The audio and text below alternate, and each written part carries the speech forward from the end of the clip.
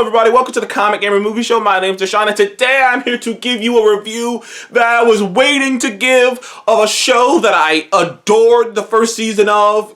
I am talking about Umbrella Academy. It came out about a few days ago, I believe on Friday, and I binged the entire thing in about a day and a half. Like, literally, I woke up 12 o'clock on Friday, started watching it, watched 6 episodes, and then the next day, I finished it off on Saturday. I was so excited. First of all, Umbrella Academy is in the same vein as, like, Doom Patrol. Like, right, Umbrella Academy, Doom Patrol, and The Boys all kind of came out around each other, and they're all these fantastic interpretations of comic books, that are lesser known.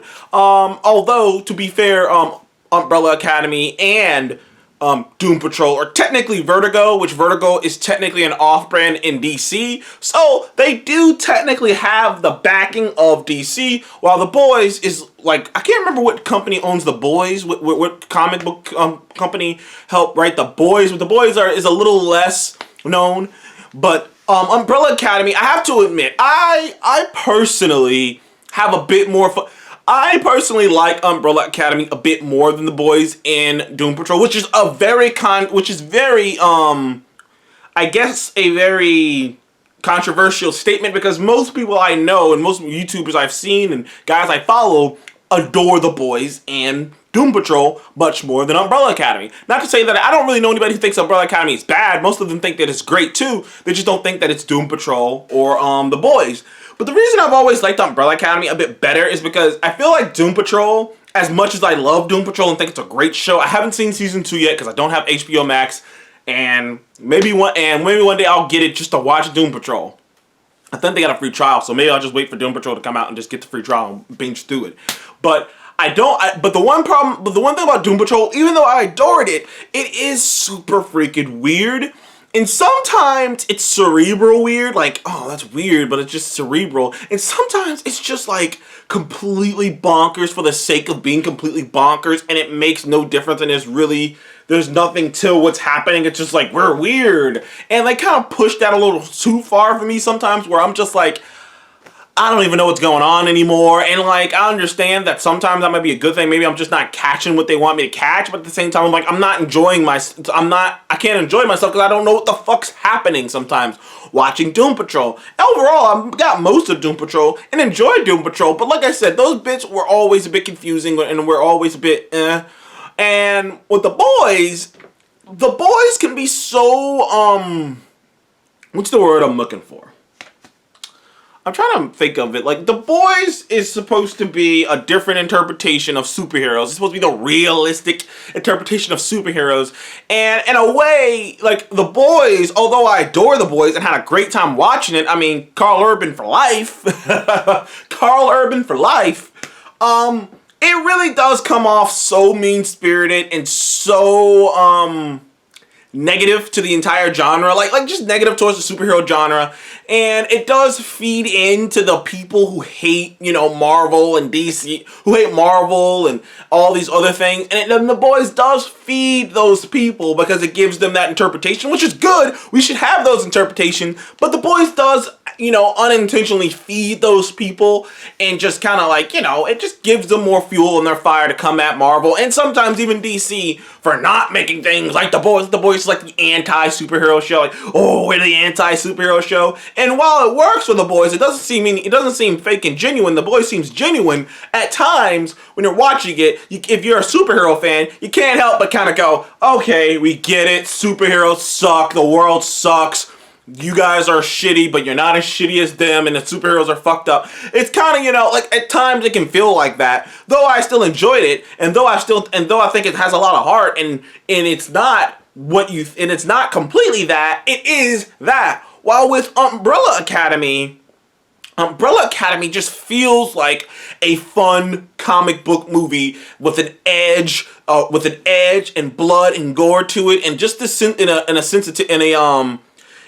bit of like, there's just a bit of nerdness to it, and I can't really describe what I mean by that. But while Doom Patrol seems to be trying to push it a little crazy, like trying to push the crazy thing a little much, and while the boys try to push the dark and the gritty, and this is what it would really be like, and this is how crazy it would really be. Fuck, this is what superheroes would really be like. It seems like Umbrella Academy is just having fun with the comic book aspects of time travel, family dynamics, superpowers. They're just having fun with it and playing with it in a way where you really believe that a nerd is literally, this is what a nerd would come up with. They're not mean-spirited about it, but they're honest about it. Like, there's this honesty to the Umbrella Academy that I don't always feel in both Doom Patrol and The Boys.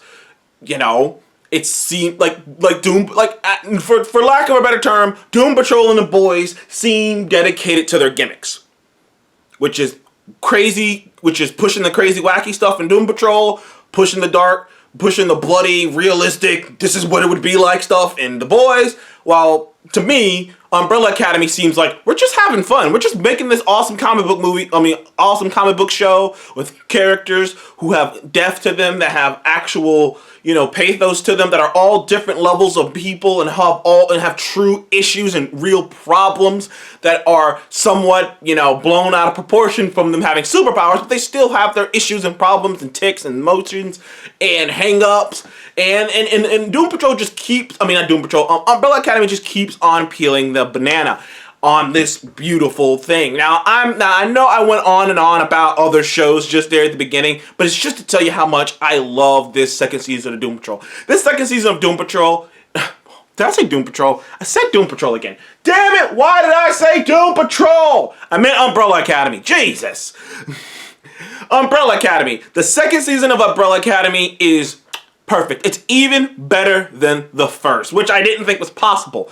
This second season of Umbrella Academy basically pushes everything that is good about the first season is doubled on. You just get more of those dynamics between all the characters. There are new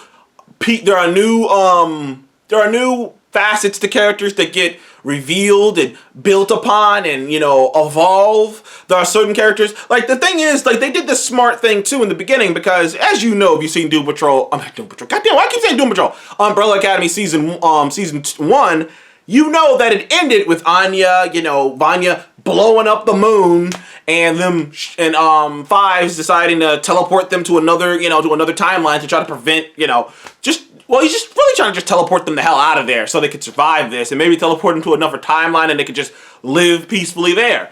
Needless to say, it doesn't go well because Fives accidentally teleported his entire family to Dallas, Texas, for some reason. Not only did he teleport them to Dallas in the same alley, he teleported them years apart. So Klaus landed in 1960, and then a year later, Luther landed in 1961, and then, and so on and so forth. Allison landed in 1962, and then, fucking Diego landed a couple months after, a year after that, and then Fives landed. So basically his family all landed in Dallas in the same timeline, but they landed in different time periods, so they were all there for different times, not knowing where any of the other ones were, which was a genius idea, because first of all, you're playing with a different time period, which immediately gives you an aesthetic to play with, which is the 1960s, which is always fun when you're playing with a different time period.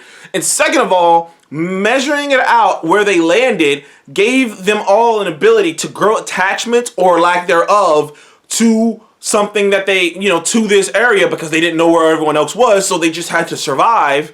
And it allowed them to go their separate ways, and then Five have to gather them back up, but it allows you as the viewer to figure out what each individual character is about without having to even watch the first season, which is genius writing right there. And like I said, in the relationships and the things they go through, it all shows more character growth.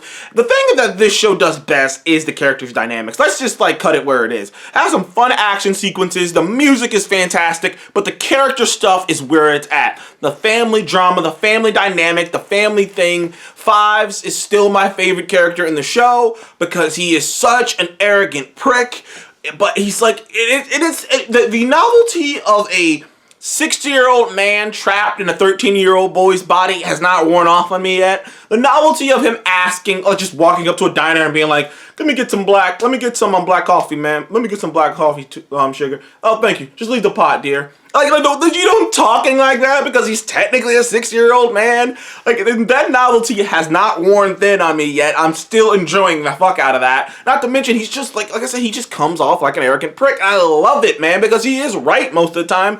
And as me and Seth talked about, Fives sees the big picture because, Fives is the greatest assassin in time and space. Technically. So it's like, he's a big picture guy where everyone else is dealing with their issues. Diego is dealing with his hero complex and Luther is still self-loathing and, Vanya loses her memory and Allison tries to pretend like she's not who she used to be.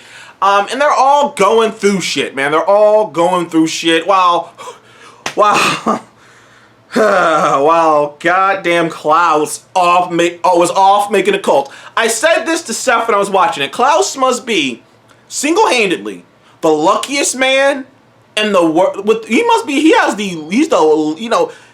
has the worst luck and the best luck. I mean, I felt bad for Klaus when he accidentally took a briefcase to fucking Vietnam and spent months in Vietnam, fighting in Vietnam, and came back looking like he was fucking hurt and shook and all fucked up at the same time. I felt bad for him when his father threw him in a mausoleum while ghosts scrambled around him as a little boy was screaming at him, which is terrible. But man, this dude, I mean, how lucky do you have to be that like just some rich chick just happens to find you and be like, let me help you out, dear. And it's just like, come on, man. Like, and then he built a whole cult, which is a bit creepy and a bit pervy at the same time. But as cults go, they're not that bad. It's all kinds of mess. I'm just telling you, the whole damn show's a blast. Go check out Umbrella Academy Season 2. It is fan-freaking-tastic. It is great. It's one of the best damn things they've done on Netflix. I'm willing to go out on a limb and say it is the best superhero show on Netflix. It's one of the best superhero shows going today. I can't wait for the 3rd season. The cliffhanger is amazing. Not spoiling it for you here. Thank you guys for joining the Comic Game Movie Show. Please remember to like and subscribe. I'll see you in the next one. Goodbye.